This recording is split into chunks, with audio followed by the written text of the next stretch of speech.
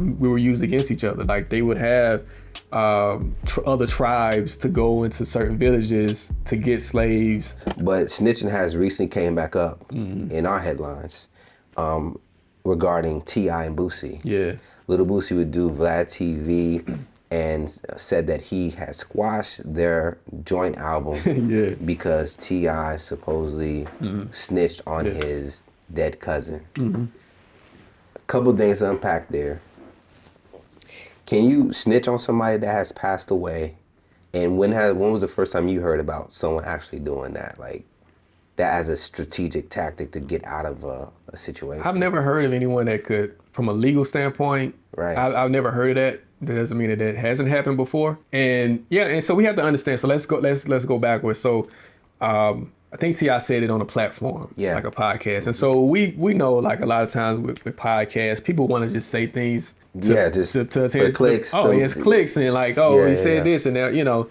So we don't know if he was just joking in the heat of the moment or if it was just something that he just said off the top. We don't really know that. I know that he basically produced papers saying that this wasn't the case and that, you know, he has papers saying that he didn't say that it was just something that he was saying that he was jokingly saying. So, you know, but I don't really understand. I don't understand the dynamics of their relationship. I thought they were close enough where they could just call each other and be like, look, you know, say this is what it is, you know, talk to each other like men and say, okay, if you feel this way, let's move this way. But I don't know, it just seemed like they hadn't had that conversation before that clip went viral. And so that's just like the weird thing about it as far as like the dynamics of their relationship. Like, why wasn't there a conversation had beforehand, you know, before that particular interview? Why is snitching, you know, such a taboo thing in our culture? Why is it that we see these two brothers that seemingly, you know, were friends kind of fall out? Why is it that we are giving Gunna a hard time, ultimately trying to save his career, his business, his family's well-being? Like, why is snitching such like not on code when it comes to the Black American experience? Yeah, and it's just not the Black American experience. I think it's, you know, it's started with mafia. You talk about somebody like, you know, Sammy the Bull, you know, someone who snitched on the entire mafia. So it's not something that's new, particularly when it comes to like, you know, the street code or whatever. It's just something that's been around. I think it's like this. It's like when you're participating in crime, you have to know that there's what we call hazards that you're gonna face when you're participating in crime. You know, someone close to you may get shot. You know, you may get shot. You may get arrested. Someone may snitch on you. Like, these are hazards that occur when you decide to go into the street life. Like, we know that this has always happened. It's been happening for decades. In the 70s, you know, there were, you know, people famous kingpins in New York who snitched on other kingpins. So this is not something new. I think in our community, we have to kind of wake up and understand what the street code of snitching is. Like, it wasn't about just the average citizen being able to, you know, say this is what happened, or, you know, they were, you know, a victim of a crime or things of that nature. It wasn't that. It's just people who were a part of an organization. And if they had that code where, look, if somebody get, you know, caught, no one is going to tell, that's between that organization. It's not between anybody else to say if someone else snitched or not. It's between the people who were involved in that particular crime or organization. If they made a pact within themselves, I think that's what it is. I don't think outsiders should have an opinion about what someone did if it's not their business. Like, if it's not your business, like, why do you even care? Like, like, people seem very invested on calling T.I. snitch. You know, we just talked about, as far as Gunna, and you gave your opinion if his career will survive, you know, following the snitch allegations. Do you think the same could be said for T.I. if one day some paperwork comes out and it's like, yo, he did, you know, work with us, he did cooperate? What happens to his career? Well, I mean, I think the good thing about T.I. is that he's pretty much put himself in a position where he doesn't have to depend on rap. So yeah, if you're like talking to that audience where it's like, okay, all right, they really care about that type of stuff. Yeah. But if you can act, if you can produce movies, if you can, you know, produce shows, if you got like different joint, businesses. Like a lot of this stuff doesn't matter to like the grand scheme of the world, right? Right. It's only like in our communities where Yeah. it's like we get up in arms about certain things, but in the grand scheme of things, it's like if you're able to go on a movie set and have a movie with Denzel Washington, do you think the people who are watching the Denzel Washington movie care about if the actor next to him snitched or not? So it's just really something that's very big in our community, but in the grand scheme of things, people who are consumers of art don't really care about this stuff. Right.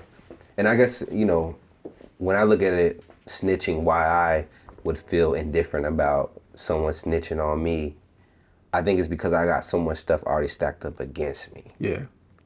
And it's like to see someone that looks like me, because predominantly that's where the snitching happens, someone that's close by you, they're gonna look like me, and it's like, damn, like I already got the world against me as a black person, and now you're kind of helping them. So it's kind of like, I can imagine back in African days when you had the slave catchers.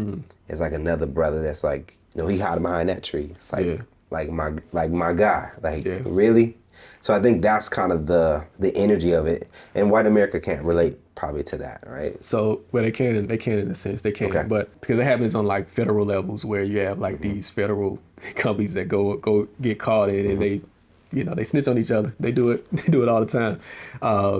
But if you want to go, let's go back to Africa and talk about the slave trade and how that was wrote. A lot, but even back then they used us we were used against each other. Like they would have other tribes to go into certain villages to get slaves, Check them on the boat. There's always been that dynamic. And so you have to understand what happens when someone gets into those rooms with the prosecutor or the detective can basically, force you to say, okay, this is what's happened. You facing 20 years of life. You got a family at home. These are your ways out. And so they've been playing this game forever. They know the game. They know that you're going to want your freedom over, for the most part. There's some guys who will say, look, and there's some guys in the YSL who were in YSL who wouldn't take a plea. Right. Like there's some guys who said, no, they decided to go to trial and take their chances. And so we're just going to see what happens. But everybody, they're not mentally strong to take that, to say, okay, can you really sit down in a cell full of a bunch of men for 20 years? Do you really want to do that? Yeah, I get it. So you got to understand what they're throwing at them. I think it does deal with like just the code, right? Every system or every organization, there's a code. Yeah. Even with our people, there's a certain unspoken black code on different things. When someone goes against the code, we're up in arms about it. And so I think when you call yourself a gangster, because I'm someone that enjoys watching mob documentaries and really appreciate the guys that say, yo, I'm dedicated to this life. I think that's what the issue is. It's like you're selling something that you're not even really living. Oh yeah. Because you're supposed to think about that. You're supposed to be like, to the wheels fall off. This is the life I chose. I'm gonna ride it out, and I'm gonna go out like a G. And I think that's always disheartening when we see brothers kind of fold. Yeah, so you have people, and that's the crazy thing about art, right? Is that you can paint any type of art that you want without actually having that experience if you're a good painter, right? And with rap, we've seen rappers who can talk to their streets, but they're not really built for it, right? They're not really built for what it takes, because if you in the streets, like I said, you have to be prepared for the hazards as well. If you're going to be in the streets, you're going to have to be prepared for getting locked up. You're going to have to be prepared for the violence that may occur. You got to be prepared for individuals who may snitch on you. You have to be prepared for all of this before you even step one foot and say, this is the life I want to choose. And if this isn't your life, there's other places you can work. Like you just, get a trade, like find another way to make your money to feed your family. It's not, crime isn't the only way for you to get it.